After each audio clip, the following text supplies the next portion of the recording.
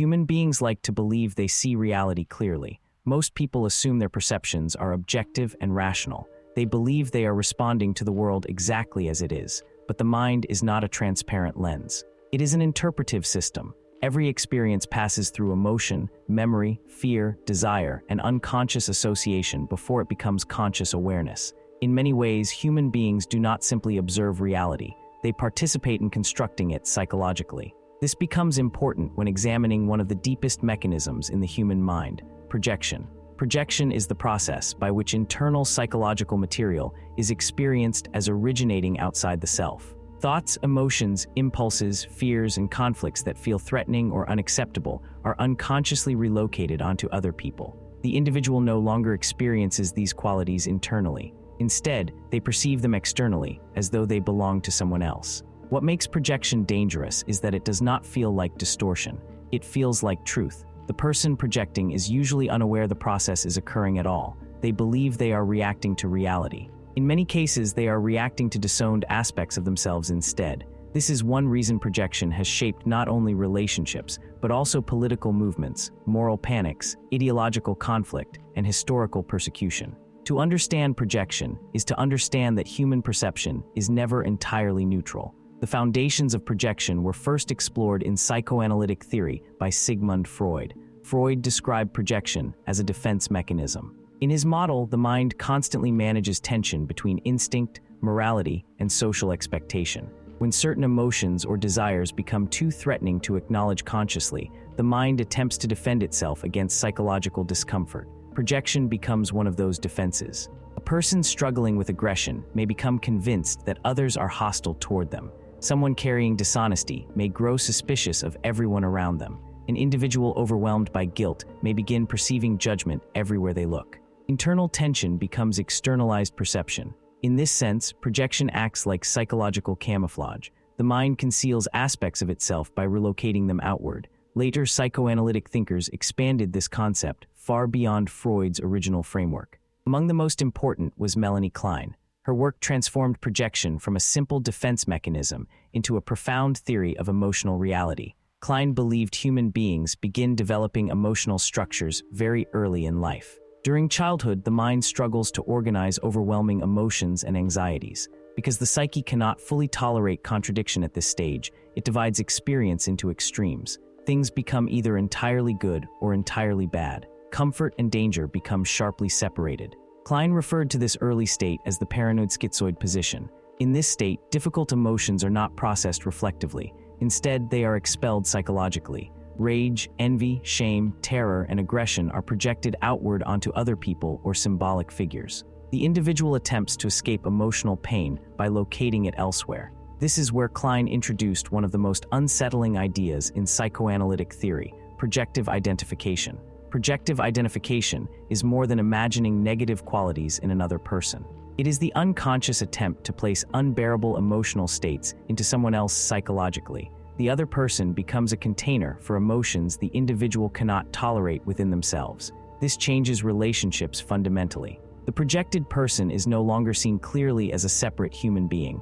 They become psychologically transformed into a carrier of disowned emotion. Fear becomes attached to them. Anger becomes attached to them. Corruption becomes attached to them. The relationship begins revolving around an internal drama that neither person fully understands consciously. Projection reshapes reality itself. This helps explain why human beings can become emotionally consumed by people they barely know. It explains irrational hatred and obsessive suspicion. It explains emotional reactions that seem far larger than the actual situation.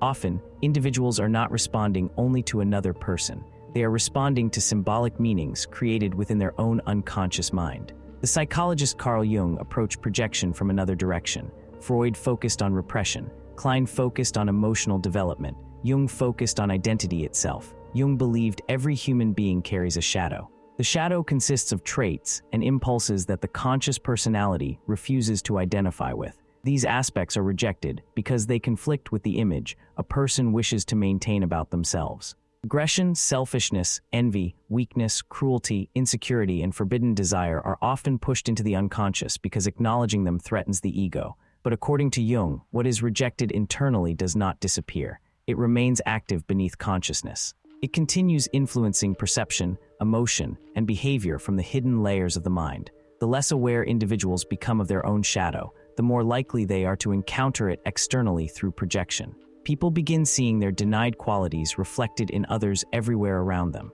The individual convinced they are morally pure may become obsessed with corruption in others. The person terrified of weakness may despise vulnerability wherever they encounter it. The individual unable to confront their own aggression may perceive enemies constantly. Jung believed projection was one of the primary reasons human beings fail to understand one another. Instead of encountering people directly, individuals often encounter symbolic reflections of their own unconscious material. In this sense, projection acts like a psychological mirror disguised as reality. This mechanism becomes even more dangerous when it expands beyond the individual and enters the collective mind. Throughout history, societies under stress have repeatedly projected fear and instability onto symbolic enemies. During periods of uncertainty, disease, economic collapse, political instability, or religious extremism, human beings often search for simplified explanations for emotional chaos. One of the clearest examples emerged during the Salem witch trials. The Salem witch trials were not simply isolated acts of superstition. They emerged within an atmosphere of fear, repression, religious rigidity, and social anxiety. Communities lived under constant psychological pressure. Death was common. Religious doctrine emphasized invisible evil and moral corruption. Personal identity was tightly controlled by collective morality. Under these conditions, projection became socially contagious. Fear required a target. Anxiety required embodiment. Forbidden impulses and social tensions became externalized onto accused witches. Individuals who were different, isolated, emotionally expressive, or socially vulnerable became containers for collective distress. The accused were transformed into symbols. This is one of the most dangerous aspects of projection. Once a person becomes symbolic rather than human, persecution becomes easier to justify. The individual is no longer seen as complex. They become an object carrying projected fear and hostility. Mass projection transforms internal conflict into moral certainty. This mechanism did not disappear with the witch trials. It evolved. Modern society still operates through projection constantly. It appears in relationships, online outrage, political extremism, celebrity culture, ideological conflict, and social media hostility. Individuals accuse others of motives they themselves possess. Groups define themselves through hatred of opposing groups. Entire communities organize around perceived threats that psychologically mirror their own unresolved fears and contradictions. Projection becomes amplified in emotionally reactive environments. The faster human beings react, the less reflective they become. The less reflective they become, the more unconscious material enters perception unchecked. This is one reason outrage spreads so rapidly online. Emotional projection moves faster than self-awareness. Projection also plays a major role in narcissistic dynamics. Individuals with fragile identities often externalize shame and insecurity onto other people in order to preserve psychological stability. Feelings of weakness may become accusations. Personal dishonesty may become suspicion toward others. Internal emptiness may become contempt directed outward. The projected trait is attacked externally because it cannot be tolerated internally. This creates a strange paradox. Human beings sometimes become most aggressive toward qualities they secretly fear within themselves. The mind protects its self-image by relocating conflict outward, but projection is not always negative. It can also shape admiration and idealization.